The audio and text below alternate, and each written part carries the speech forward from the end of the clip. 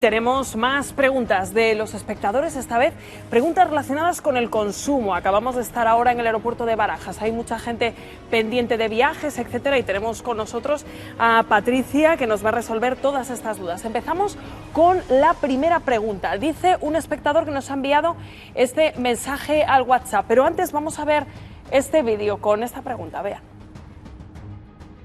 Tengo contratado un crucero porque me voy a casar, tengo que hablarlo. ¿Puedo reclamar a la agencia? ¿Me van a devolver el dinero pagado ya? Gracias. Es respecto a un vuelo que tenía para Budapest en estos próximos días. No tenía contratado el seguro de viaje y quería saber ustedes si me podían aclarar un poquito las dudas que tengo al respecto. Qué faena, ¿no, Patricia? Gente con viajes contratados, sin seguro, ¿qué pueden hacer? Bueno, en primer lugar, la primera pregunta. Ha contratado en una agencia de viajes, por tanto tendrá que ir a la agencia de viajes. Y en segundo lugar habrá que ver si lo ha contratado en un paquete, en cuyo caso la normativa que se aplica es distinta que si lo ha contratado cosas por separado. Y en principio sí que le deberían devolver el dinero o bien ofrecerle la oportunidad de retrasar el viaje. En cuanto a la otra pregunta, que era sobre el vuelo, ahí es diferente porque el espacio aéreo no se ha cerrado, los vuelos no se han cancelado y la decisión es de uno que decide no viajar por seguridad.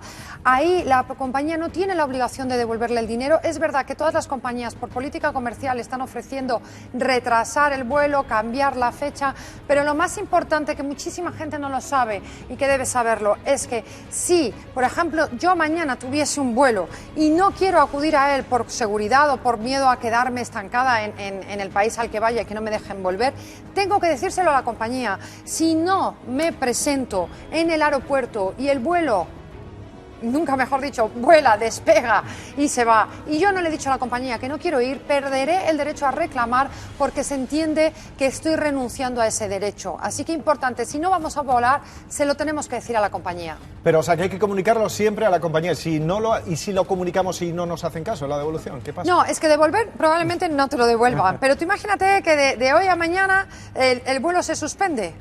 Entonces sí tendrías derecho a la devolución. Y lo tienes que comunicar, porque si no se da por hecho que no has querido ir. Es un matiz, pero en estos pequeños matices se pueden agarrar para no devolver el dinero. Lo que sí que es verdad es que lo que no cabe es la indemnización. Porque una cosa es la devolución del dinero y otra es la indemnización, por ejemplo, cuando tenemos retrasos de horas o porque nos pierden la maleta, etcétera. Ese tipo de cancelaciones, de retrasos, son indemnizaciones. Aquí lo único que tendríamos derecho es a la devolución y siempre y cuando el vuelo no se realice. Si se realiza, no vamos a poder recuperar ese dinero, desgraciadamente. En mi opinión, aquí hoy ha estado Sánchez dando unas cuantas declaraciones. Creo que el Gobierno debería solicitar a las compañías aéreas que devolviesen ese dinero, porque de lo contrario, como no se va a cerrar el espacio aéreo todavía, ayer lo hizo Italia, pero en España probablemente nos quede 1 o 2 semanas, todas las personas que cancelen esos vuelos, y muchos estarán inmersos. Yo tengo que decirle, señor Sánchez, que yo misma, mi hijo no vuela el sábado a un vuelo del instituto, 30 o sea, que lo tienes niños, muy de cerca, ¿no? 30 niños que no van a ir el sábado a Londres, porque lógicamente no vamos a meter 30 niños en otro colegio en Londres, que en el colegio va a decir, pero ¿ya dónde van estos españoles viniendo aquí? Pues no nos devuelven el vuelo porque somos nosotros los que no queremos volar, porque el vuelo se va a realizar. Y esto yo sí que creo que desde el Gobierno se deberían imponer medidas a las compañías aéreas para que devolvieran ese dinero. O sea, que de momento le han dicho que no, en el caso de su hijo y el resto de alumnos. No, que retrasemos el vuelo, nada. Pero claro, imagínate organizar a 30 niños y todos los padres que me estarán oyendo, que sé que se están cancelando muchos vuelos de actividades escolares. Le han planteado ustedes otra pregunta que tiene que ver con la suspensión de las clases. Vean. He leído que los profesores van a cobrar el sueldo íntegro aunque los niños no vayan al colegio. Entonces, ¿los padres tenemos que pagar el cole íntegro también? Patricia. A mí esta me parece, si me permitís, una pregunta muy insolidaria, porque el que se va a casa tiene que cobrar su sueldo, aunque no lo desempeñe. Yo creo que esto lo tendremos que entender todos. Estamos en una situación excepcional y tenemos aquí a la abogada laboralista, tenemos que pagar estos sueldos y todos tenemos que pechar con esta situación. Por supuesto, tienes que pagar el colegio de tus hijos, como yo voy a pagar la academia este mes de inglés, aunque mis hijos no vayan.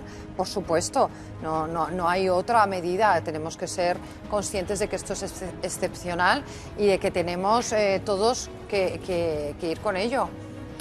Sí, es verdad que hoy se estaba planteando la posibilidad en algunos colegios, a nosotros nos han llegado algunas preguntas en ese sentido, de si los profesores, especialmente los de educación infantil, no los de educación primaria y eso, a los que se les está exigiendo un esfuerzo por seguir atendiendo a sus alumnos, pero sí en los de educación infantil, donde se han cortado todas las actividades educativas, si cabría la posibilidad en ese caso de que no siguieran cobrando, porque de tramitar un expediente de suspensión, un ERTE, un expediente de suspensión temporal, precisamente para evitar que el empresario siga pagando, ¿no? Y que sean las prestaciones de desempleo las que cubrieran ese... Y ya estábamos hablando del gran tema de conversación hoy en muchas casas madrileñas, qué hacer mañana con los niños que no tienen clase. Y Patricia, te habías quedado con ganas de intervenir. Hablamos de los abuelos, de la conciencia individual, de no dejar a los niños a cargo de los más vulnerables, ¿no?, en esta crisis. Claro, pero a estos padres creo que también hay que ayudarles. Entonces, desde la empresa se les tiene que ayudar a que se queden en casa. Nosotros, por ejemplo, en Asufin hoy hemos tenido recogida de ordenadores y todos se han ido a trabajar a casa, que también quiero decir no solamente los que tienen niños, también los que no tienen niños. Si el trabajo se puede desempeñar con un ordenador desde casa, hay que quedarse en casa por responsabilidad. Entonces los padres necesitan realmente ayuda, porque si no, no les va a quedar más que tirar de abuelos y esto es dramático. Sí, por eso apelábamos a iniciativas como esta de los universitarios que comentábamos, ¿no?, echar un poco mano de la imaginación para no tirar de los abuelos, ¿no? ¿no? Y algunos sectores de actividad que lo que están haciendo es dar permisos, permitir, o sea, en los casos en los que no es posible el teletrabajo, el señor que ha salido, el mecánico, efectivamente, en los que no es posible el teletrabajo, el ser flexibles para permitir ciertos permisos que yo creo que no tienen carácter de retribuido, pero que en cualquier caso permiten, digamos, el poder pasar estos 15 días de momento con los niños y que no se conviertan en un problema, ¿no? Parece que la intervención del presidente del gobierno yo he querido escuchar que va a adoptar medidas en ese sentido, probablemente pues de cobertura de salarios o de ayuda o de cumplir, que las conoceremos. Efectivamente. Estaremos pendientes de esas medidas. Por cierto, la que nos va llegando al WhatsApp siguen siendo muchísimos mensajes, muchísimas preguntas como esta. Hola, buenas tardes. Bueno, mi pregunta fundamentalmente es porque mis hijos están haciendo actividades extraescolares, como muchos españoles hoy en día, y claro, ahora resulta que tenemos 15 días ahora de paralización de las actividades extraescolares. Quería conocer si existe la posibilidad de recuperar la parte proporcional de la cuota mensual de este periodo, ¿no?, de estos 15 días. Patricia, pregunta muy parecida, aunque en otros términos, a la que escuchamos antes. Pues yo creo que es lo que decíamos antes, ¿no? En principio tienes que pagar tu cuota porque esa persona también tiene que recibir sus sueldos. Sin embargo, nos decía aquella abogada que me parecía muy interesante la parte del ERE o el ERTE o lo que se instrumentase. Claro, si el gobierno da ayudas para pagar a estos trabajadores, a lo mejor sí que tiene sentido recuperar una parte de la cuota, no sé. Sí, bueno, tendría que ser el supuesto efectivamente en que dejase de pagarse salarios por la vía de la suspensión temporal y por lo tanto pudiera ser recuperable para los padres las cantidades abonadas. Lo que pasa es que en el caso de las actividades extraescolares y de los docentes, digamos, que no sean de educación infantil, siguen prestando servicios.